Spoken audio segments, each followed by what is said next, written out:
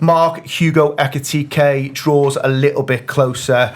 We are led to believe he is now in the country awaiting his medical. 23 years of age, 6-year deal. Appears to have plenty about him. On a scale of 1 to 10, how excited should Liverpool fans be?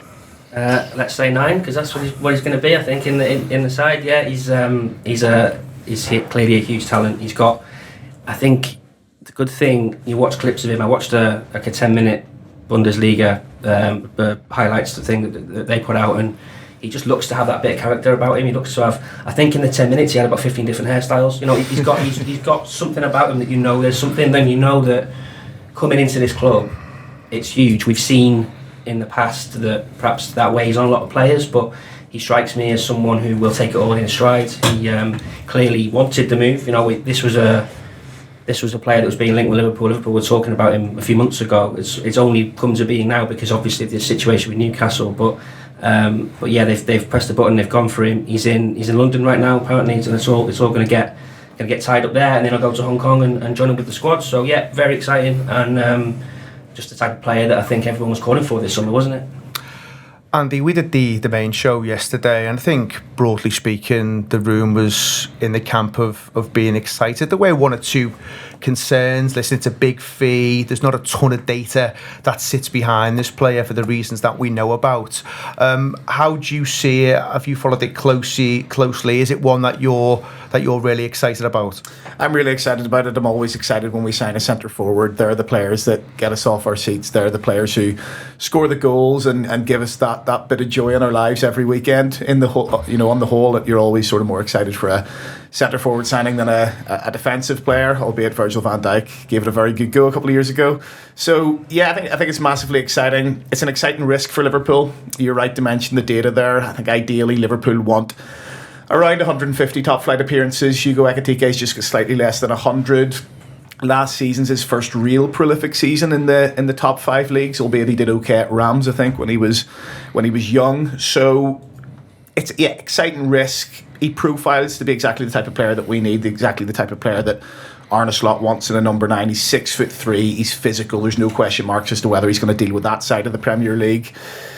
His goals last season, I think he underperforms his XG by 5, which is the most in the Bundesliga, which you can look at in 2 ways. You can say, well, maybe there's a bit of a question mark around his finishing and his ball striking, or you could say he's going to revert to the mean and maybe score even more goals for Liverpool next season, plus his development with age, plus sort of extra better coaching and a better team around him. So there's lots of unknowns. It's by no means a guarantee, as maybe Alexander Isak would have been. But that's why we spent sort of 50 million less than what we would have had to spend on Alexander Isak. So very excited, and it looks like over the tour in the Far East we'll get a couple of games to look at him before the season starts. Beth Lindop put out something early this morning for ESPN, which just again hammered home the importance of the manager. It's been a bit of a theme, I think, over the summer in terms of getting some of these big deals over the line. Just what a pivotal and crucial figure he is. Liverpool should almost sell itself in many ways, but to have that figurehead who can articulate how he's going to use certain footballers at certain times, that feels like quite a significant thing, because it is definitely helping in getting some of these players over the line. Yeah, and I mean, he's had, considering how little transfer dealing we did last summer, it's been a huge step up in that way, hasn't it? I'm really struck by how much work he's got to do at the moment. It's not just in terms of, when we do the transfer committee games, we sort of, I always think, let's not try and do too much work. Liverpool we're doing a shitload of work. Liverpool are doing a load of work, and that's just in terms of transfers. He's got, he's got on-field things to deal with, transfer things, and then the sort of like tragic and unprecedented things to deal with as well, in terms of like the emotional side. A massive Far East tour. He's taken on. If we thought maybe he kind of like eased his way in last summer, there's nothing kind of easy about this summer. It feels like the most amount of work I can remember a Liverpool manager kind of having to do over a summer transfer window. So it's also the thing that we've always wanted. I say we, I mean me. The in terms of this much work and this many transfer links that turn out to be genuine. it's incredibly exciting, and it is Liverpool acting like the big club that I think we are, and that they think they are, that they say they are. So, actions speak louder than words with these things, and they are acting very big, upsetting the right people. It's been a really exciting one in terms of transfers, and the Ekitike one specifically, just to sort of touch on him, I really think you can tell it's kind of a bit more of a project, just because when we talk and as Mark and Andy have said, that there's different sort of pros and potential challenges, and all of them they're a bit like ephemeral. They're sort of like there's part of us that are thinking like, if it was Isak, it'd be a bit more of a sure thing. There's stuff around how many games he's had, and then the things that we're hearing about him of being a very skillful player.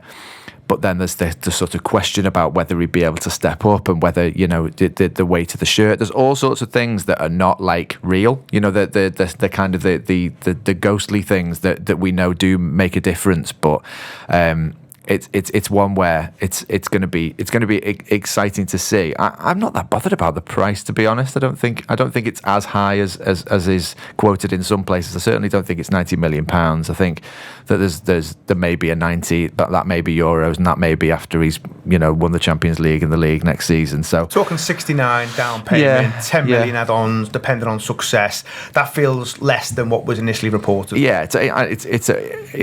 in terms of it being a non-finished article, but somebody that could be really, really brilliant, I think it's seems like the right amount of money to me. So,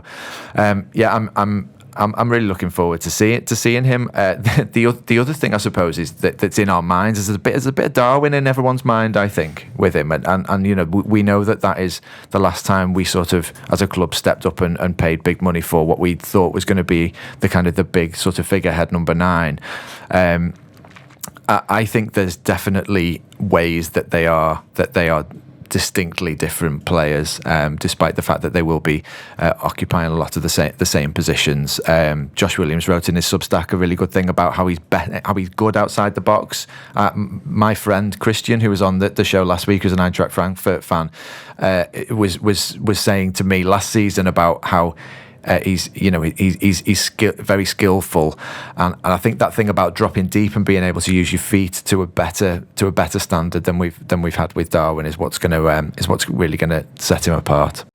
I hope you're enjoying this free show at the moment. Loads of excellent, exciting stuff on the Anfield app. If you want to be part of the whole thing, you can download the Anfield app and go from there. Or you can subscribe via the YouTube membership as well for video-only content and other bits and pieces. We love doing these shows. We love that you watch them. So come, be part of the journey with us.